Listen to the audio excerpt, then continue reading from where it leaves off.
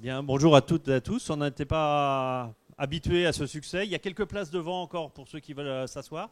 Et puis on va commencer parce que vous êtes là pour ça et on est là également pour vous renseigner. Je me présente, je suis Jean-Louis Baudeux, je suis professeur à la faculté de pharmacie. Je suis également le doyen de la faculté de pharmacie de Paris. Alors une petite précision, le doyen n'est pas l'enseignant le plus âgé. C'est simplement celui qui gère l'établissement pendant une durée déterminée. Mais bon, voilà, donc il y a des fonctions administratives, mais je suis toujours professeur et j'enseigne toujours. Bienvenue à la faculté de pharmacie de Paris. La faculté de pharmacie de Paris, vous l'avez trouvée, donc elle est en plein cœur, enfin, elle est juste à la lisière en fait du quartier latin, qui est un peu plus bas derrière le Sénat. Nous avons la chance d'avoir des locaux qui sont de belles factures, on va dire. On a fêté les 140 ans de la faculté il y a quelques semaines, pardon. C'est l'une des deux facultés de pharmacie de la région Île-de-France. La deuxième étant, depuis très peu de temps, mais dorénavant, à Saclay. Donc nous sommes intramuros. Et la deuxième est à Saclay avec des effectifs qui sont similaires, avec des prestations de spécialisation en pharmacie qui sont également similaires. Mais après, il faut une partition parce qu'on ne pouvait pas accueillir tout le monde ici. Ceci dit, vous êtes quand même dans la meilleure faculté de pharmacie de France. Il faut le dire. Il faut le dire. Et du monde peut-être, mais je n'ai pas encore vérifié. Voilà. Vous venez parce que vous voulez des infos sur pharmacie. Alors là, je m'adresse aux lycéennes, aux lycéens et puis aux parents, bien sûr, parce que vous avez un rôle essentiel. Nous avons organisé ces journées portes ouvertes pour vous informer au mieux de toutes les possibilités d'exercice de la pharmacie, parce qu'il y a les études de pharmacie et puis il y a surtout le métier de pharmacien. Dans le métier de pharmacien, il y a plein de choses qui peuvent être faites. Vous voyez peut-être, ou à moins que vous soyez très renseigné, la croix verte qui est au coin de la rue, qui est la pharmacie d'officine. La pharmacie d'officine, c'est extrêmement important. C'est la première porte d'entrée dans le système sanitaire en France. Autant il peut y avoir des déserts médicaux, autant il y a toujours à proximité une pharmacie, simplement parce qu'il y a ce qu'on appelle une territorialisation. Et donc il y a toujours... Dès qu'il y a 3500 habitants, je crois que c'est 3500, ça a peut-être changé. Voilà. 2500 la première, vous voyez, j'ai besoin d'approfondir mes connaissances. Donc dès qu'il y a 2500 habitants, il faut une officine. Et donc il y a une nécessité de pharmaciens. Alors juste un mot pour vous dire que l'employabilité en pharmacie, elle est, si c'était possible, de 150%. En tout cas, elle est de 100%, d'autant plus qu'on manque de pharmaciens en ce moment, donc il n'y a vraiment pas de problème, pas d'ambiguïté pour faire pharmacie. Alors je digresse toujours, j'en étais à la pharmacie d'officine. Sachez que dans notre faculté, seul un diplômé sur deux fera de la pharmacie d'officine. Ça veut dire qu'un sur deux ne fera pas de l'officine, et pourtant il exercera la pharmacie. Il exercera la pharmacie dans plein d'autres domaines, et on a l'habitude de dire que la pharmacie, c'est un diplôme, mais 1000 métiers derrière. Vous pouvez faire de l'industrie pharmaceutique, donc une filière industrie, on en parlera tout à l'heure, je donnerai la parole aux responsables de la filière et à des étudiants qui sont en cours de spécialisation. Donc de l'industrie pharmaceutique, c'est un autre métier, moins au contact des patients, ce n'est pas de la dispensation de médicaments, mais c'est aussi nécessaire pour assurer la qualité du médicament qui finalement se retrouvera dans la boîte du pharmacien d'officine qui vous la délivrera. C'est un métier...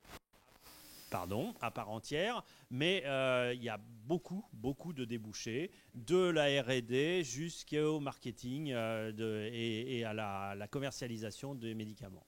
Et puis vous avez une troisième voie de spécialisation qui est la voie de l'hôpital, qu'on appelle dans notre jargon le PHBMR, pharmacie hospitalière, biologie médicale et recherche. Cette voie, elle est sanctionnée par la réussite au concours de l'internat. Actuellement, c'est un diplômé, enfin pas un diplômé, un étudiant sur deux qui se présente, qui est reçu à l'internat. C'est un internat de niveau national, donc un concours national. On vous en parlera plus avant également.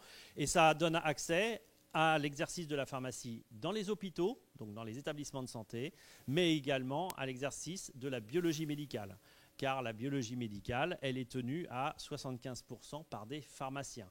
Des pharmaciens et des médecins peuvent exercer. La biologie médicale, c'est quoi? C'est le labo d'analyse qui est en bas de chez vous également, ou le laboratoire d'analyse dans les centres hospitaliers. Et donc, vous devez savoir que 75% de ces labos sont tenus par des pharmaciens. C'est une spécialisation de la pharmacie. Donc, vous le voyez, le diplôme de pharmacie mène également à la biologie médicale. Et puis, au décours des échanges qu'on va avoir, parce que l'essentiel, c'est l'interactivité entre vous qui êtes venus chercher les informations et nous qui pourrons, je l'espère, vous les donner, eh bien, vous verrez qu'il y a plein d'autres choses. L'industrie de la cosmétologie, par exemple, les analyses chimiques et la chimie environnementale. Il y a des pharmaciens, pas forcément parce que le diplôme de pharmacien est exigé, alors que dans l'industrie pharmaceutique, il y a des postes où ce diplôme est exigé, mais simplement parce que la compétence acquise au cours des études fait qu'on préfère embaucher un pharmacien dans ces industries qui ne sont pas pharmaceutiques, mais parce que la qualité de l'enseignement, la qualité des compétences acquises, eh bien, finalement, elle est utilisée à plein dans ce genre d'entreprise industrielle. Voilà, donc il y a plein de métiers, vous allez pouvoir échanger pour vous renseigner là-dessus. Je voudrais juste vous indiquer comment accéder à ce métier. Pour faire ce métier, il faut être docteur en pharmacie, donc acquérir le diplôme de docteur en pharmacie, 6 années à partir du baccalauréat, et les études de pharmacie qui se déroulent soit ici, soit à Saclay pour l'Île-de-France. Attention, premier point de vigilance, si vous voulez faire vos études de pharmacie ici, à la faculté de pharmacie de Paris, et je vous y encourage, soyons honnêtes, l'équipe pédagogique est phénoménale, il faut absolument préparer le PASS ou une LAS, soit à l'université Paris-Cité, soit à l'université Paris-Nord, Sorbonne Paris-Nord. Si vous êtes à une autre université, par exemple Sorbonne Université, et que vous avez obtenu le PASS et l'accès en pharmacie à Sorbonne Université, vous serez redirigé automatiquement sur la faculté de pharmacie de Saclay. Donc faites attention à ça. Dans vos vœux Parcoursup, ce n'est pas simple, bien entendu, on pourra reparler de Parcoursup. Vous avez des étudiants qui vous parleront de PASS-LAS et de Parcoursup, mais faites bien attention à ça. Et puis après, les études de pharmacie, c'est quoi? C'est, en gros, après le PASS-LAS, 3 années, les années 2, 3 et 4 dans le cursus pharmacie, d'un tronc commun de formation scientifique, parce que le diplôme auquel vous allez accéder est un diplôme de niveau médical, donc vous devez avoir des bases scientifiques. Donc il y a un peu de sciences dures dans les premières années, de la physique, de la chimie, de la biologie. Et puis après, vous avez bien sûr une acquisition de compétences qui se fait dans ce tronc commun des années 3 et 4 surtout. Et puis les années 5 et 6, c'est un peu plus compliqué que ça, mais je simplifie, c'est la spécialisation dont je vous ai parlé dans l'une des 3 filières, officine, industrie et recherche, ou hôpital et biologie médicale. Pendant au moins 2 ans, et après, vous allez avoir le diplôme de docteur en pharmacie et vous exercerez. Sachez aussi qu'il existe des passerelles, que l'on peut se réorienter en cours d'études. À la fin des études, il y a des possibilités énormes, mais dans tous les cas, le diplôme de docteur en pharmacie, il est unique. Ça veut dire que si vous avez choisi de faire de l'industrie pharmaceutique, enfin, d'exercer le diplôme dans l'industrie pharmaceutique, et qu'au bout de 5 ans ou 10 ans, vous en avez marre, vous pouvez rebasculer en officine et ouvrir votre pharmacie, ou d'abord être adjoint, et puis ensuite titulaire d'une officine si vous le souhaitez. Ça veut dire que dans une même carrière professionnelle, avec le diplôme de docteur d'État en pharmacie, eh bien vous pouvez faire différentes facettes de l'exercice de la pharmacie. Est-ce que j'ai été clair? Alors, j'ai oublié des diapos que j'avais préparés pour vous. Alors, officine, industrie, hôpital et biologie médicale, jusque-là, j'ai tout bon, je crois. Donc pas de problème, vous allez avoir des infos au niveau des stands, puisqu'il y a un stand pour chacune des spécialités. Et puis, les études de pharmacie. Donc vous voyez le déroulé des études de pharmacie à partir de ce qu'on appelle le DFGSP2 chez nous, diplôme de formation générale en sciences pharmaceutiques, 2 pour 2e année, 3e année DFGSP3, et puis après un autre diplôme, parce que nos études sont coupées en 2, le DFASP, diplôme de formation approfondie en sciences pharmaceutiques, 1re année et 2e année, et enfin la 6e année des études de pharmacie, et la clôture, une thèse de diplôme d'État de docteur en pharmacie. L'intérêt de cette diapo, c'est de vous montrer le déroulé du cursus des études de pharmacie et de vous montrer que sur la partie droite de la diapo, chaque année est ponctuée par des stages qui permettent d'appréhender le métier, d'avoir une ouverture sur l'exercice professionnel. Stage en officine les 2 premières années, stage en officine également en DFASP1, c'est-à-dire en 4e année de pharmacie. Vous voyez, c'est des stages de 4 et 2 semaines respectivement. Et puis, à partir de la 5e année des études de pharmacie, le DFASP2, vous avez un stage obligatoire en milieu hospitalier de 4 à 6 mois. Très important parce que ça permet de souder le futur pharmacien à une équipe médicale, hospitalière mais médicale. Quand on est dans le médical, on ne travaille pas tout seul. On travaille forcément pour le pharmacien, avec le médecin, avec l'infirmière, avec le kiné. Et là, on apprend à travailler ensemble. Et c'est comme ça qu'on prend en charge de la meilleure façon le patient. Et puis la 6e année, vous le voyez, encore des stages pour avoir une formation réellement professionnalisante et un diplôme immédiatement utilisable. Et puis dernière diapo, parce que je sais aussi que c'est compliqué pour accéder aux études de pharmacie, mais rassurez-vous, on y arrive, vous y arriverez en étant informé. Vous voyez ici comment arriver dans notre 2e année des études de pharmacie à partir du système PASSLAS. C'est compliqué, c'est une réforme qui n'est pas encore aboutie. La pharmacie, vous l'avez peut-être vu dans certains médias, la pharmacie en a fait les frais parce qu'on manque d'étudiants cette année pour l'entrée en pharmacie. Mais en DFGSP2, vous voyez, on peut y accéder soit par le PASS, la voie directe, soit par une licence d'accès santé qu'on va faire en 1 année, en 2 années, en 3 années éventuellement. Et vous devez savoir qu'à l'Université Paris-Cité, nous avons mis en place notre propre licence d'accès aux études de santé. C'est la partie droite de la diapo qu'on appelle la SIAS. L2 SIAS, c'est la licence 2e année SIAS.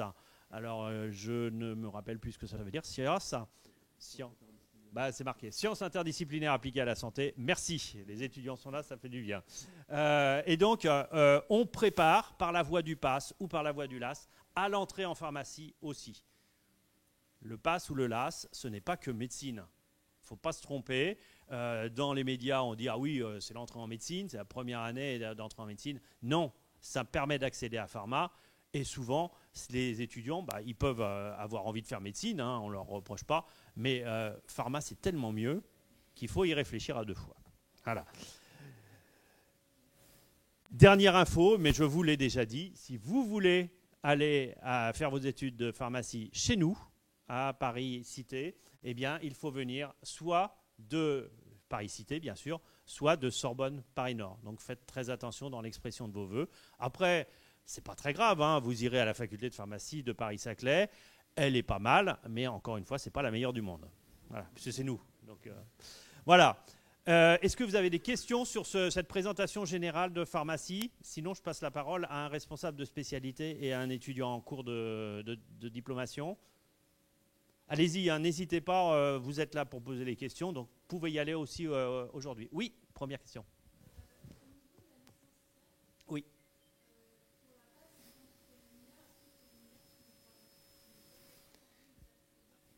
Oui, tout à fait. On a créé à partir de septembre 2023 notre propre mineur qui s'appelle la mineure biotechnologie. Elle a un nom un peu plus compliqué, mais ça s'appelle comme ça. C'est biotech et biotechnologie pour la santé, exactement.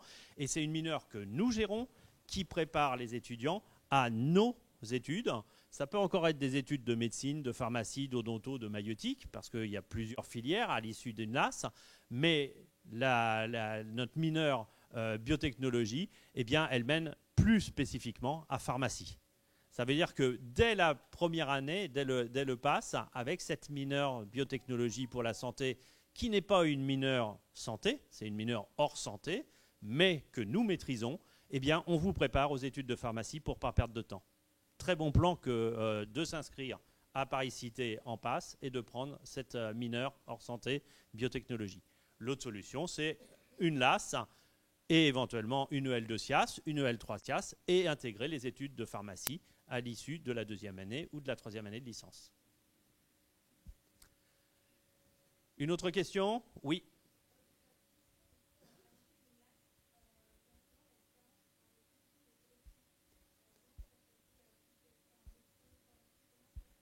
Au sein d'une LAS? Eh bien, en fait, vous effectuez vos 60 CTS d'une année de licence. ça vous permet d'obtenir le niveau L1, par exemple. Et les notes qui sont obtenues aux UE, eh bien, elles vous permettent ensuite d'être classé en fonction des filières dans lesquelles vous souhaitez aller et en fonction du nombre de places qui sont ouvertes à ces filières, eh bien, soit vous êtes éligible pour rentrer par exemple en pharmacie dès la fin de la LAS 1 et sinon vous continuez en LAS 2 et à ce moment-là vous aurez une autre possibilité d'entrer dans les études de pharmacie ou en LAS 3 avec une autre possibilité de rentrer dans les études de pharmacie. Mais attention, on ne tente pas 3 possibilités. Les études de santé, de façon générale, et pharmacie en particulier, vous n'avez que 2 chances pour y accéder. Donc il faut aussi choisir, en fonction de vos notes, en fonction de votre niveau, à quel moment vous allez décider de postuler pour une entrée dans les études de pharmacie. Soit à la fin de la première année, soit à la fin de la deuxième année, soit à la fin de la troisième année, avec au total 2 possibilités et pas 3. Oui.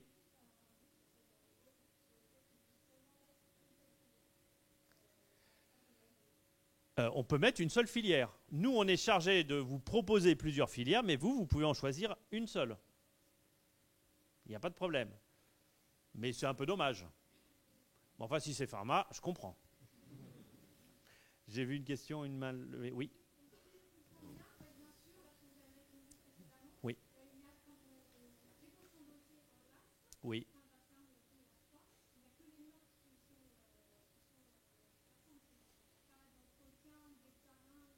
Il y a un examen oral, non pas pour obtenir le niveau LAS 1, LAS 2 ou LAS 3, mais pour réentrer dans les études de santé et en pharmacie particulièrement. Il y a un écrit et après il y a un oral, en fonction des notes que vous avez eues à l'écrit. C'est un peu compliqué, mais il y a des grands admissibles qui n'ont pas d'oral parce que leurs notes sont tellement bonnes qu'ils rentrent directement. Et puis, il y a ceux qui ne sont pas grands admissibles, mais qui ont obtenu leur niveau de licence, et eux ont un oral pour rentrer dans les études de santé.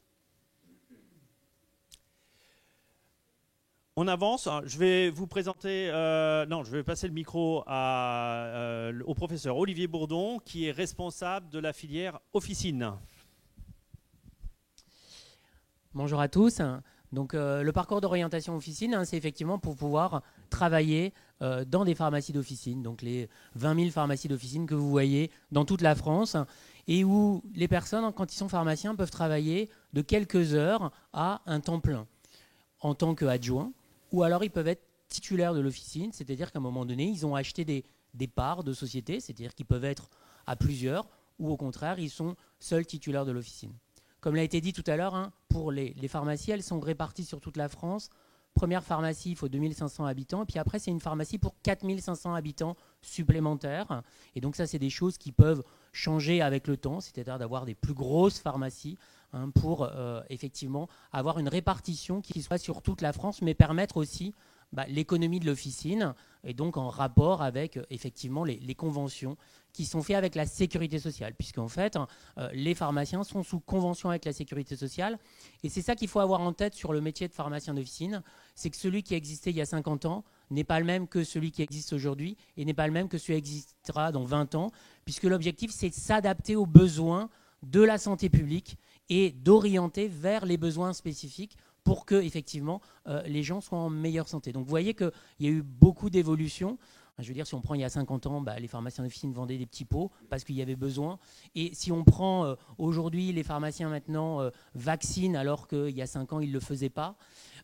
Et puis, on a aussi quelque chose qui est beaucoup plus centré aussi sur le patient et avoir des entretiens spécifiques d'accompagnement des patients pour vivre au mieux avec leur pathologie chronique. Souvent, effectivement, vous ne connaissez pas obligatoirement très bien votre pharmacien quand vous n'avez pas une pathologie chronique et vous dites « je vais chez un pharmacien ou chez un autre ». Tous les patients qui commencent à avoir une pathologie chronique, ils vont chez leur pharmacien, qui les connaît, qui les accompagne dans la prise en charge de cette pathologie chronique. Et autant beaucoup se faisaient uniquement au comptoir, autant maintenant on a des temps dédiés de 20 minutes, 40 minutes avec un pharmacien pour, notamment actuellement, on a les patients qui sont sous anticoagulants, les patients qui sont suivis pour un cancer, mais on a aussi des activités très spécialisées qui vont être effectivement l'orthopédie, par exemple. l'orthopédie, on a des pharmacies qui vont se spécialiser dans cette action d'accompagner les patients. Alors ça peut être soit des sportifs, soit au contraire d'autres personnes qui ont besoin effectivement d'orthèses, de prothèses, qui vont les aider à vivre au mieux effectivement avec un handicap qu'ils pourraient avoir à un moment donné. Et puis, dans toutes les activités, vous avez aussi des pharmacies qui vont se spécialiser sur, par exemple, le côté vétérinaire. Donc, vous avez différentes possibilités d'hyper-spécialisation au sein d'une officine. Et que dans une équipe, dans une officine, vous avez parfois certains qui vont être recrutés parce qu'ils ont des compétences très spécifiques. Eh bien, au cours du parcours d'orientation officine, dans les 2 ans et demi, l'idée, c'est d'amener ces compétences aux différents pharmaciens pour ensuite être totalement compétents quand ils sortent. Mais après, bien sûr, la compétence, elle se fait aussi tout au long de la vie professionnelle pour parfois avoir des réorientations, de se dire j'ai plutôt envie de me spécialiser dans cette activité-là. Est-ce que vous avez des questions sur la pharmacie d'officine? Alors, les étudiants, ils travaillent tous cet après-midi. Parce que le samedi après-midi, c'est vraiment la journée où les étudiants travaillent en pharmacie d'officine. Voilà. Mais... Oui.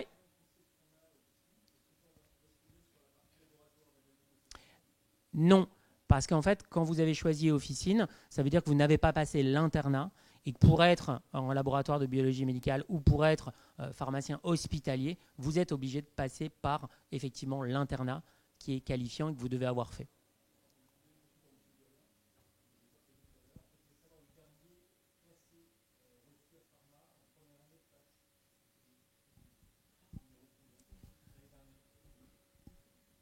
Les étudiants, aidez-moi. Je sais pas. Mais ouais, t'as l'info? Il n'y a plus de numerus clausus. Excuse-moi. Comme maintenant la PACES est terminée, il n'y a plus de numerus clausus. Et en fait, à chaque, chaque filière, donc PAS et LAS, ont un nombre spécifique en fonction de là où vous êtes. Donc ça va varier en fonction de là où va l'enfant. Mais la réponse était pour PAS, le dernier classé. On n'a pas l'info ici, mais si vous allez au stand PASLAS, il y a des étudiants de l'association A2SUP d'accompagnement des étudiants. Donc c'est des étudiants qui tutorent des étudiants qui, eux, ont l'info. Ça, j'en suis sûr. Donc ça, vous l'aurez. Ouais. Désolé, là, je ne suis pas assez pointu. Oui, Xavier, pour la filière industrie et recherche, bonjour, je suis professeur Xavier Declèves. Bonjour à toutes et à tous, donc bienvenue.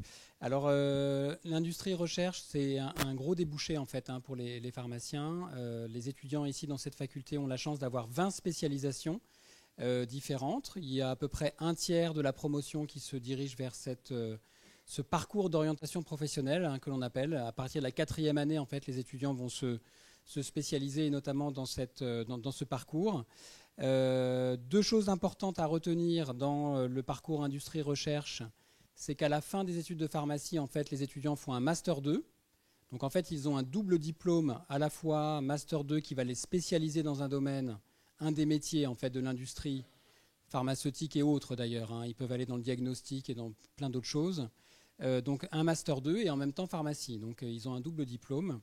Et puis peut-être un deuxième élément qui est vraiment important ici dans cette faculté, c'est que nous avons des partenariats vraiment très privilégiés avec des conventions, avec des grandes écoles d'ingénieurs ou de commerce. Donc nous avons un partenariat avec l'ESSEC par exemple, avec Sciences Po Paris, avec les mines d'Albi, avec Chimie ParisTech, avec l'ENSIC, avec différentes écoles. Où les étudiants en pharmacie vont en fait faire leur 6e et 7e année dans ces écoles. Et donc à la fin de la 7e année, ils sont à la fois diplômés de pharmacie et de cette grande école de commerce ou d'ingénieur. Donc voilà, donc après les étudiants vont dans plein de domaines, dans l'industrie, on va dire du médicament, du réactif et de pas mal d'autres choses. Il y a la cosméto aussi qui est un débouché important. Donc voilà, plein de domaines. Il y a la création de médicaments, bien sûr, l'innovation, la découverte de médicaments. Il y a développer un médicament, et là, il y a plein de métiers. On pourra y revenir si vous voulez. Ensuite, il y a produire un médicament, et on en parle beaucoup en ce moment avec le principe actif qu'il faut relocaliser, etc. Il y a besoin de pharmaciens, il y a besoin pour le contrôler aussi, le principe actif et le médicament fini.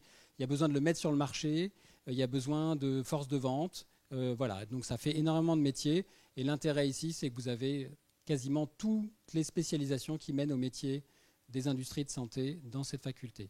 Et alors je ne suis pas venu seul, je suis venu accompagné de Tom, qui est un étudiant de la 6e année donc de pharmacie en filière industrie, qui va vous raconter son parcours pour illustrer un peu mieux, parce que bon, voilà, généralement ça parle mieux aux lycéens que moi. Bien, bonjour à tous. Donc, moi, je suis Tom Chebassi, je suis étudiant en 6e année de pharmacie.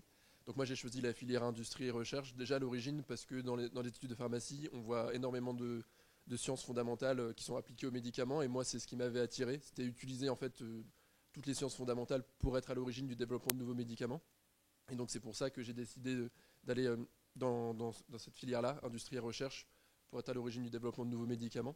Donc, concernant en fait les enseignements qu'on reçoit, donc on commence en fait à se spécialiser donc dans cette filière en 4e année, où à partir de ce moment-là, on va avoir des cours faits à la fois par des professeurs de la faculté, mais aussi il y a des intervenants qui peuvent être des chercheurs, donc qui vont travailler sur des domaines très spécifiques ou qui sont à la pointe et qui sont à la pointe de leur domaine dans ce domaine-là, ou alors qui travaillent dans l'industrie. Et donc ça nous permet en fait directement de connaître en fait toute la palette de métiers à laquelle on peut avoir accès. Et après, en fait, à partir de la 5e année, donc, on va commencer à mettre un pied en fait, dans le monde professionnel. Avec, en fait, la 5e année, c'est l'année hospitalo-universitaire. Donc, à la fois, on va pouvoir travailler à l'hôpital et aussi, on va avoir un stage d'application dans l'industrie à réaliser, dans le domaine dans lequel on décide de spécialiser. Et donc, ça nous permet de comprendre en fait, les métiers auxquels on peut avoir accès. Et après, donc là, moi, en 6e année, j'ai décidé de me spécialiser. Donc, plutôt dans le domaine de la recherche et du développement. En l'occurrence, moi, je vais étudier en fait, l'intérêt de l'exposition des patients aux médicaments, ce qui va nous permettre en fait, de déterminer quelle est la dose optimale à déterminer chez les patients lors du développement de nouveaux médicaments. Donc voilà, je ne sais pas si vous avez des questions concernant les différents cours auxquels on a accès justement à cette formation-là. Et en tout cas, moi, je vous conseille, si vous décidez de travailler plus tard dans l'industrie ou alors d'être à l'origine du développement de nouveaux médicaments, parce que le diplôme de pharmacien, il est vraiment extrêmement recherché. Et sans vouloir être prétentieux ou quoi, c'est vrai qu'on a quand même une connaissance du médicament qui est vraiment valorisée lorsqu'on est stagiaire, par exemple, dans les industries. Ces connaissances-là sont vraiment valorisées. Voilà. Une demande de précision sur cette filière industrie et recherche, pour laquelle vous avez un stand dédié après la table ronde.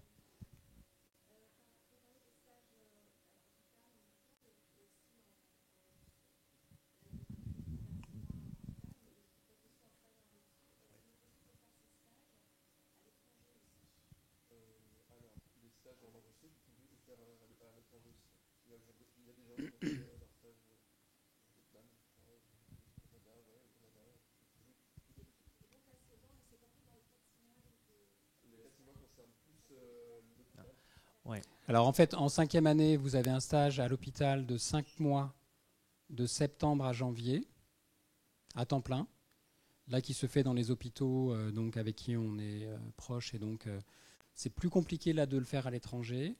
Deuxième partie de l'année, de la 5e année, à partir d'avril, il y a un stage de 4 mois et demi qui peut être fait dans l'industrie pharmaceutique, dans des laboratoires de recherche, en France ou à l'étranger. Et ensuite en Master 2, en 6e année donc, de pharmacie, où ils font un Master 2, il y a un stage de 6 mois obligatoire, pareil, laboratoire, industrie pharmaceutique et autres. Et peut-être préciser aussi que le parcours s'appelle industrie recherche, parce qu'en fait c'était aussi une filière d'excellence pour former des chercheurs, des enseignants, chercheurs aussi. Donc après le Master 2, les étudiants peuvent faire un doctorat d'université et donc devenir chercheurs dans le privé comme dans le public. Voilà. Autre question, demande de précision? Oui.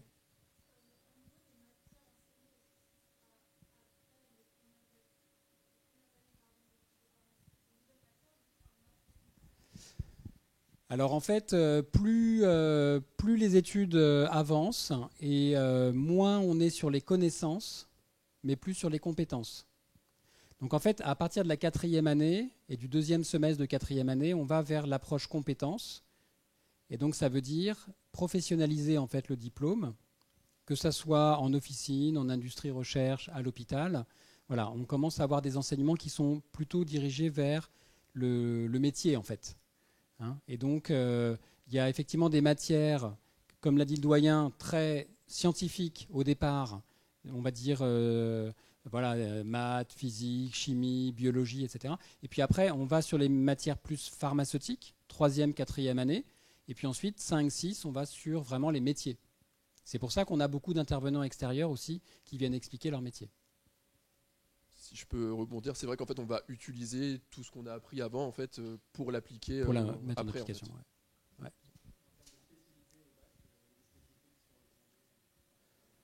Je vais laisser le doyen répondre. Oui, je peux répondre. La réponse est non. Quelle que soit la spécialité qui est abandonnée, puisqu'il faut en abandonner 1 sur 3, c'est pas un problème. C'est pas du tout discriminant. Ah, par contre, oui, tout à fait. Ah, le problème de vous allez subir la réforme PASSLAS pour la 3e année consécutive. Le problème de la réforme PASSLAS, c'est qu'elle permet plein de passerelles, de possibilités, d'interdisciplinarité. Mais d'un autre côté, c'est vrai qu'on perd en profondeur d'acquis dans chacune des spécialités. Et dans les spécialités scientifiques, c'est vraiment péjoratif. Donc c'est vrai que au niveau du bac, il vaut mieux rester dans 2 des 3 spécialités scientifiques, oui.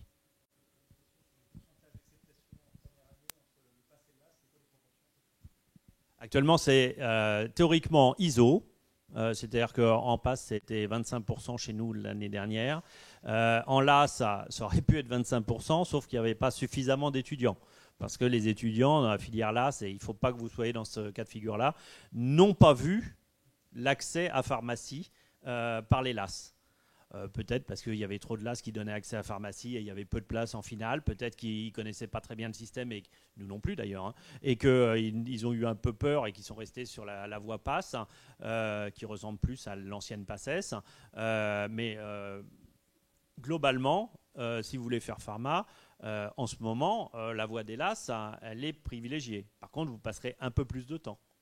Par contre, la voie du PASS est toujours, comme avant, sélective, certes, mais elle permet l'entrée en 2e année de pharma comme auparavant. Donc c'est un choix dont je peux comprendre qu'il est difficile à faire. Et là aussi, vous avez le stand PASSLAS qui peut vous donner des informations plus précises en fonction de votre contexte. Par exemple, nous, on a l'habitude dans notre jargon universitaire de parler d'étudiants turbo et d'étudiants diesel. Ce n'est pas du tout péjoratif, c'est simplement que les méthodes d'acquisition des connaissances ne sont pas les mêmes en fonction des lycéens, en fonction des étudiants. Et il y a des étudiants qui peuvent consacrer une année entière et ne bosser quasiment qu'à ça. Et dans ce cas-là, la voie du PASS est possible. Et puis, il y a ceux qui ont besoin d'avoir un équilibre différent dans leur vie entre les études et la vie familiale, la vie sportive, la vie des loisirs. Et à ce moment-là, la voie de l'AS est peut-être la voie la plus sécure. Donc, c'est une analyse qu'il faut faire étudiant par étudiant.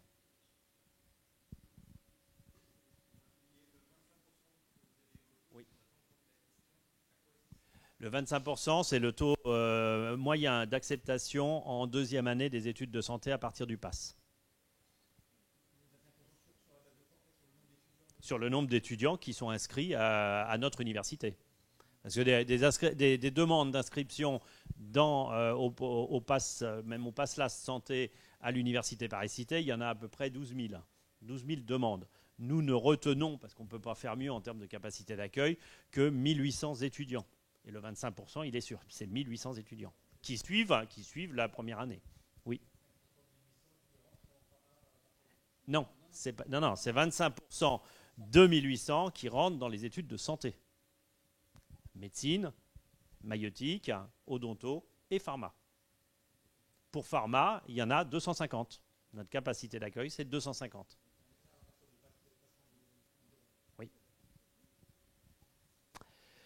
On passe à la troisième spécialisation. Bonjour à tous. Alors la 3e filière, qui est une filière un peu particulière par rapport aux 2 qui vous ont été présentés, c'est la filière qu'on appelle PHBMR, pour pharmacie hospitalière, biologie médicale et recherche. C'est une filière qui est une filière qui va vous préparer à un concours, qui est le concours de l'internat. Ce concours est un concours national. Il y a à peu près 1300 étudiants qui le présentent chaque année. Et je crois que le quota aujourd'hui, c'est autour de 650 places. Donc vous avez en gros une chance sur 2 d'être reçu. Alors comme tout concours national, c'est un concours classant, ça veut dire 2 choses. Ça veut dire qu'il va vous classer non seulement sur la filière vers laquelle vous allez vous destiner, soit la biologie médicale, et c'est la seule possibilité pour les études de pharmacie de faire de la biologie médicale étant une filière mixte avec la médecine, soit vous dirigez vers la pharmacie hospitalière. Donc concours classant national, ça veut dire que les premiers vont pouvoir choisir à la fois la région dans laquelle ils seront affectés, et deuxièmement la filière, soit la biologie médicale, soit la pharmacie hospitalière. Cet internat se passe en 4 années à l'hôpital. Alors ça peut paraître beaucoup parce qu'au total vous êtes en train de faire le calcul dans votre tête et vous vous dites ça fait 9 ans d'études. Alors j'ai tendance à dire que non, c'est la filière courte, la filière internat. Parce qu'en fait les études de pharmacie s'arrêtent à la 5e année. La 6e année et les années qui suivent, c'est-à-dire les 4 années d'internat, sont des années d'interne pendant lesquelles vous êtes salarié à l'hôpital. Donc vous êtes indépendant financièrement, même si les salaires d'interne ne sont pas des salaires mirobolants, mais enfin ça permet d'être indépendant financièrement, ce qui est toujours une bonne chose. En plus vous avez des gardes, ce qui permet d'améliorer l'ordinaire, donc ça permet de pouvoir continuer ses études, se spécialiser dans une filière très pointue, qui est la biologie médicale, ou la pharmacie hospitalière, si vous souhaitez rester pour être pharmacien dans les hôpitaux et dans les cliniques. Alors à l'issue de cet internat, vous êtes titulaire, vous êtes docteur en pharmacie bien sûr, mais vous êtes titulaire en plus soit d'un DES, c'est-à-dire un diplôme d'études spécialisées de biologie médicale, ou un diplôme d'études spécialisées en pharmacie hospitalière. C'est la seule façon que vous pouvez accéder, soit pour faire de la biologie médicale, et encore une fois, ce n'est pas uniquement réservé au milieu hospitalier, pour la biologie, c'est aussi les biologistes que vous avez en labo de ville, ou pour la pharmacie hospitalière dans les CHU, dans les hôpitaux généraux ou dans les cliniques. Dernier point, puisque mon collègue professeur Declèves l'a relevé aussi pour sa filière, cette filière permet aussi d'accéder à la recherche. Alors une recherche qui est peut-être plus dédiée au milieu universitaire ou éventuellement au milieu hospitalo-universitaire. On forme par cette filière-là des maîtres de conférences praticiens hospitaliers ou des professeurs d'université praticiens hospitaliers. Je suis venu alors avec 2 étudiants qui ont passé dernièrement donc, le concours de l'internat. Le concours d'internat se passe en décembre de la 5e année. Ils vont pouvoir vous expliquer pourquoi ils ont fait cette filière et pourquoi, qu'est-ce qu'ils en ont pensé.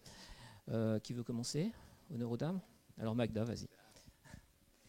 Bonjour à tous, moi je m'appelle Magda, je suis étudiante en 5e année de pharmacie, donc dans la filière internat avec Jérémy. Moi j'ai passé le concours parce que j'aimerais bien faire de la pharmacie hospitalière.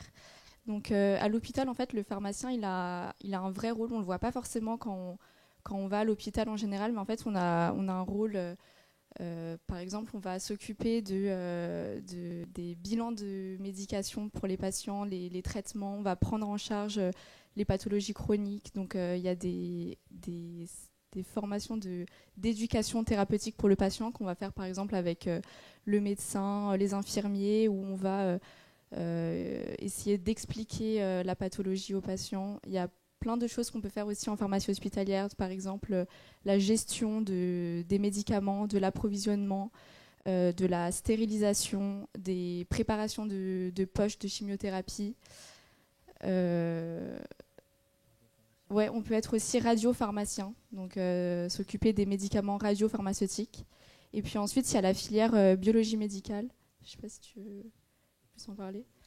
Et donc là, dans la biologie médicale, là, on peut se spécialiser en plein de matières différentes. On peut faire de la parasitologie, de la mycologie, de l'hématologie, de l'immunologie, de la bactériologie, de la biochimie. Et donc là, le biologiste médical peut travailler... Oui, de la toxicologie aussi, même travailler dans les centres de PMA aussi. Et donc là, le biologiste médical pourra travailler à l'hôpital, mais également donc, dans les labos de ville. Donc, que vous voyez, tous les labos Cerballiance, tout ça, on peut... Voilà. Je sais pas, Gérard, si tu veux... Alors bonjour à tous. Magda vous a bien expliqué toutes les débouchés de PHBMR. Moi je vais plus vous parler du parcours général. En fait, comme typiquement j'ai quasiment le même parcours que Tom vous a expliqué juste avant. On a notre deuxième et notre troisième année qui sont communes à tous les étudiants en pharmacie.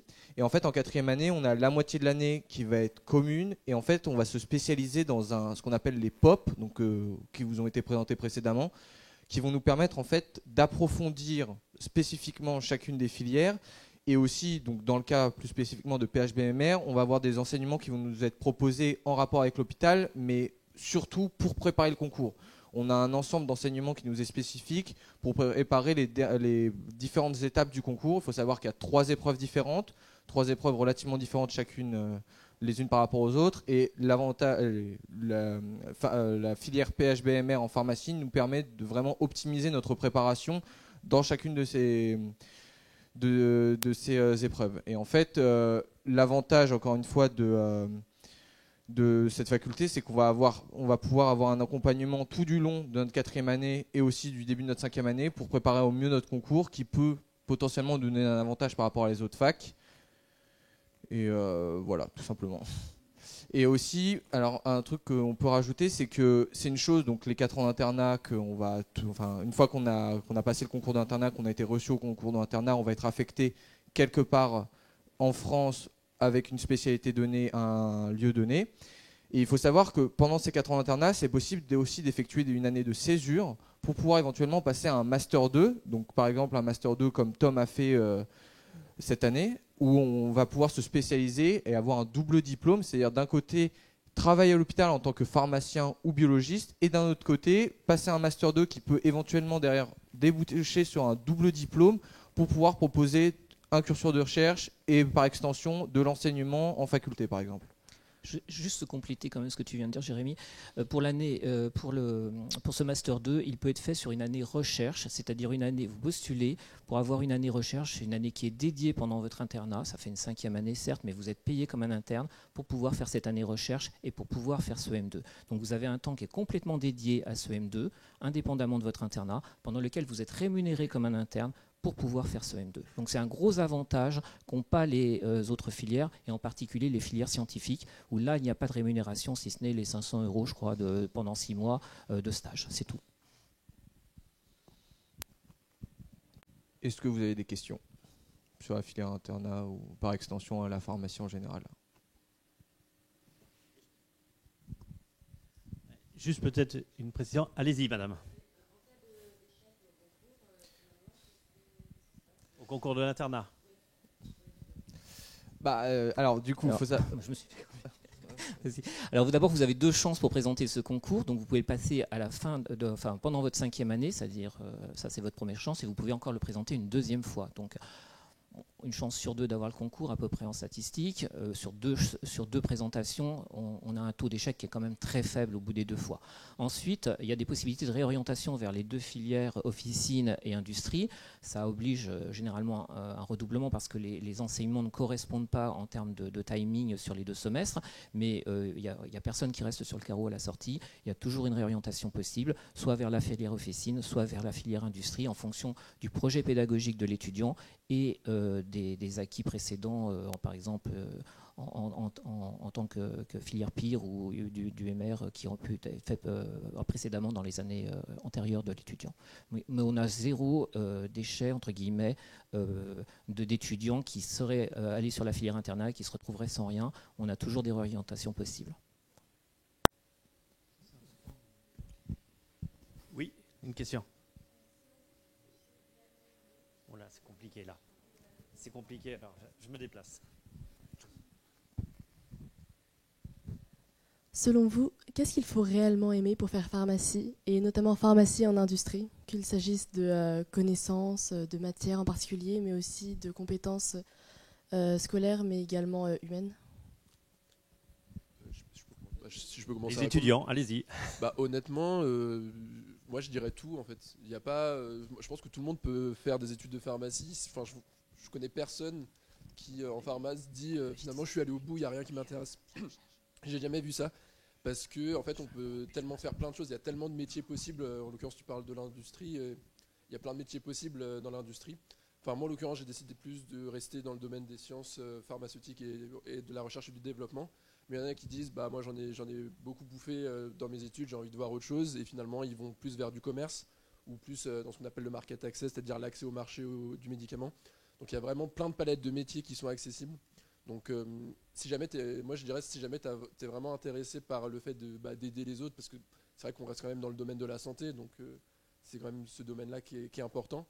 Mais si tu es forcément intéressé en fait par les métiers qui sont proposés, tu peux vraiment tout faire en fait dans l'industrie. Il y a vraiment plein de métiers qui sont possibles.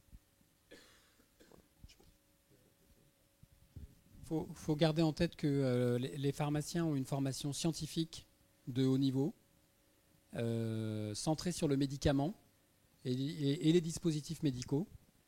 Hein. Et donc après, une fois qu'on a fini, comme a dit Tom, sa pharmacie, il y a plein de palettes de métiers possibles.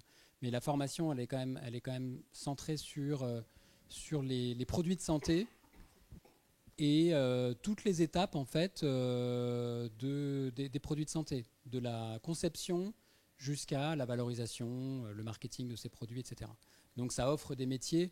Je crois que vraiment, souvent les gens ont une vision de la pharmacie avec vraiment la croix verte au coin de la rue. Et c'est ça qu'on essaye un peu de vous expliquer, c'est qu'il y a une palette de métiers, mais les pharmaciens se mettent dans plein de jobs, et pas uniquement dans l'industrie pharmaceutique d'ailleurs. Hein. Donc ça offre des perspectives vraiment extrêmement diverses et variées. Et même l'industrie pharmaceutique, c'est pas que le médicament, c'est également tous les dispositifs médicaux, les appareils pour mesurer la glycémie capillaire tous les jours chez les sujets diabétiques, les pompes à insuline qu'on utilise, je reste dans le domaine du diabète, mais les tensiomètres que vous utilisez, ce sont des dispositifs médicaux, et à ce titre, le diplôme de pharmacien et les compétences du pharmacien sont essentielles, et c'est pour ça qu'il y a une employabilité aussi importante. Et oui. Bien sûr, dans la chimie, dans l'agrochimie ou dans l'agroalimentaire, agroalimentaire, cosmétique, réactif, parce que tous les laboratoires dont on vous a parlé de biologie médicale, qu'ils soient en ville ou à l'hôpital, ont besoin évidemment de réactifs, de biologie. Et là, il y a beaucoup de pharmaciens qui peuvent aussi avoir des débouchés dans ce domaine. Donc, alors moi, tout à fait.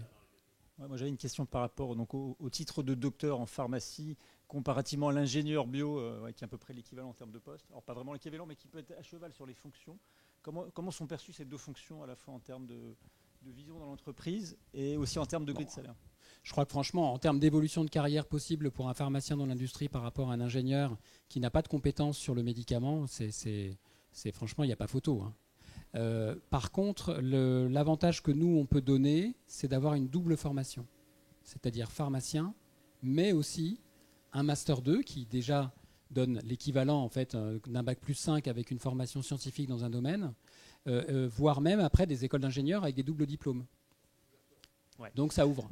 Mais en termes d'évolution dans l'industrie, dans les entreprises, le pharmacien, moi j'en ai vu passer de la recherche au développement, aller au marketing, aux affaires réglementaires, à la production, au contrôle. Enfin, je veux dire, c'est une employabilité terrible et extrêmement plastique en termes d'évolution de carrière, ce qui n'est pas le cas des ingénieurs. Hein, et en termes de salaire, après ça dépend des écoles d'ingénieurs, bon, c'est toujours pareil. Voilà. Mais la progression professionnelle au cours de la vie professionnelle est toujours favorable aux pharmaciens. Ouais. Qui vont faire de la recherche à l'étranger, par exemple. Oui, nous on en a de la faculté. Chaque année, on a des étudiants qui font des thèses d'université après pharmacie. Qui sont ici, qui partent des fois en postdoc à l'étranger, ou même dès leur Master 2 qui partent à l'étranger, et qui font des carrières à l'international. Hein. Ouais. Dans le Master 2 qu'a fait Tom, là, on a la moitié des étudiants souvent qui sont à l'étranger. Et la faculté accompagne les étudiants qui veulent à l'étranger, les aide dans leur parcours Oui, alors on a des conventions avec pas mal de facultés, hein, monsieur le doyen, étrangères. Donc on essaye de baliser quand même des parcours. On a pas mal de choses en Extrême-Orient, on a pas mal de choses du côté USA, Canada, Angleterre. Bien sûr, en Europe, avec Erasmus, on a les programmes voilà. Erasmus où les étudiants partent dès la 3e année, ils peuvent partir. Voilà. Donc on a un programme et un accompagnement Erasmus par ce qu'on appelle notre cellule RI, Relations internationales, qui recueille toutes les demandes ou tous les souhaits d'étudiants qui veulent partir, soit pour un stage Erasmus, en général 6 mois, soit pour une année complète Erasmus, qui vient se substituer à une année d'études effectuée ici. Donc c'est une année de pharmacie, mais qui est effectuée ailleurs, plutôt dans les pays latins, là où les études de pharmacie sont plus proches des nôtres. Pays latins, c'est Espagne, c'est Portugal, c'est Italie, c'est la Grèce, c'est Malte également, que les pays anglo-saxons, où là, il y a une plus grosse différence de formation. Mais oui, on les accompagne. De toute manière, dans la filière industrie et recherche, il faut être mobile et il faut s'adapter effectivement à l'industrie pharmaceutique dans laquelle on évolue. Et l'international, oui, et au moins en partie de carrière professionnelle, oui. On a une formation en anglais qui est intégrée évidemment dans les études, obligatoire et optionnelle, où on leur demande d'avoir un niveau en anglais excellent pour pouvoir partir dans l'industrie, parce qu'on sait très bien la mobilité qu'il y a dans ces grandes entreprises. Oui, tout à fait. C'est possible. Il y a même des bourses de mobilité pour les étudiants. Ils peuvent appliquer à certains programmes de soutien financier pour faire des mobilités.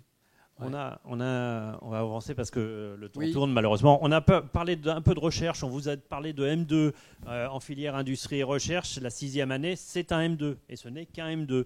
Tous les étudiants qui arrivent en fin de 5e année ont le grade de master. Donc l'équivalent d'un grade bac plus simple et bac plus 5 dans la filière LMD. Et l'activité de recherche dont on vous a également parlé pour le parcours d'orientation professionnelle à l'industrie, pour le parcours d'orientation pharmacie hospitalière, biologie médicale et recherche, eh bien il est teinté de recherche, peut-être parce qu'on en a beaucoup de possibilités à Paris, mais on a un bassin industriel et de recherche qui est incomparable en Ile-de-France et donc on en profite. Et c'est pour ça qu'on force aussi le trait sur l'activité de recherche scientifique, recherche sur le médicament, recherche sur les dispositifs médicaux. Tu veux nous en parler un peu ? Alors moi je m'appelle Ni, je suis en 6e année de pharmacie en recherche et industrie dans le pop de Xavier Declèves. Et depuis très très jeune, depuis mes 9 ans, je suis passionnée par la recherche biomédicale. Donc j'ai choisi les études de pharmacie et c'est un vrai atout comparé aux études de médecine. Je dis ça pourquoi ? C'est parce que dès la 6e année, on a accès à un master 2 de recherche, alors que souvent les étudiants qui prennent médecine pour faire de la recherche biomédicale, ils se spécialisent pendant leur internat, c'est-à-dire bac plus 6, 7, 8, 9, 10, voire même après. Et donc nous, on a un réel avantage parce qu'on commence plus tôt. Et quand on est à la faculté de pharmacie de Paris, c'est un bel avantage parce qu'on a une superbe formation, mais en plus, au niveau du CV, faut l'admettre, on est souvent accueilli par des équipes de recherche d'excellence. Et voilà, moi je fais des neurosciences en ce moment, je fais la neuro-ophtalmologie à l'Institut de la Vision, qui est un très très bel institut de recherche. Et voilà, j'encourage en tout cas tous les gens qui veulent faire de la recherche à choisir pharmacie, parce qu'en plus, même par rapport aux ingénieurs, par rapport aux gens qui font un parcours de biologie classique, on est vraiment au-dessus. Et même en termes d'accès aux thèses, enfin, en termes de classement, quand on est sélectionné, je suis maladroite, quand on est sélectionné aux thèses, on peut avoir un accès plus simple parce qu'on a déjà le diplôme de docteur en pharmacie, on a des compétences solides en pharmacologie, sur le médicament, sur toutes les méthodes d'analyse, tout ce qui va être RMN, tout ce qui va être les méthodes d'analyse chimique, je vais dire ça plus simplement. Et voilà, c'est un bel avantage en recherche et c'est pour ça qu'on est très très prisé par le public et le privé. Et voilà, donc ceux qui veulent faire de la recherche et une thèse de sciences après la thèse de pharmacie, c'est voilà, je vous encourage vraiment et voilà. Merci. Je vous assure que je les ai pas payés. Est-ce que vous avez des questions ? Est-ce qu'on a oublié d'aborder certains points, même très, très matériels, très, très pratiques ? Oui. Non, il y avait quelqu'un d'autre que vous n'avez pas vu. Après ? D'accord.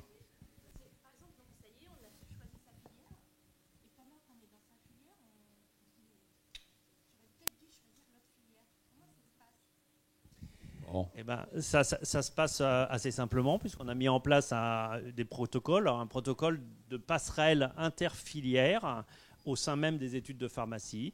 On a décidé de faire industrie et recherche, et puis finalement, on veut se réorienter facilement vers l'officine. Eh bien, il y a des enseignements complémentaires à acquérir en fonction du moment où on veut rebasculer dans un autre parcours d'orientation professionnelle, parce qu'en début de 6e année, c'est un petit peu plus compliqué qu'en fin de 4e année, mais tout est prévu. Et en fait, effectivement, il peut arriver que vous perdiez 6 mois parce qu'il y a des connaissances et des compétences qu'il faut acquérir et vous ne les auriez pas acquises en début de 5e année industrie et recherche, par exemple, par rapport à la 5e année officine. Mais tout est possible. Tout est possible. Après, effectivement, ce qui est bien, c'est d'avoir l'idée de ce qu'on va faire le plus tôt possible. Mais si ce n'est pas possible, toutes les portes restent ouvertes, y compris celle de l'internat qu'on peut représenter assez tardivement. Merci Jean-Louis. Pour l'internat, c'est l'étudiant qui s'inscrit au niveau du CNG, donc du centre l'inscription peut se faire dans n'importe quelle filière. Nous, on prépare au concours avec la filière internat, mais un étudiant qui est en filière officine ou en filière industrie peut très bien se présenter au concours indépendamment de la filière. Ça, c'est tout à fait possible. Merci. C'est à vous.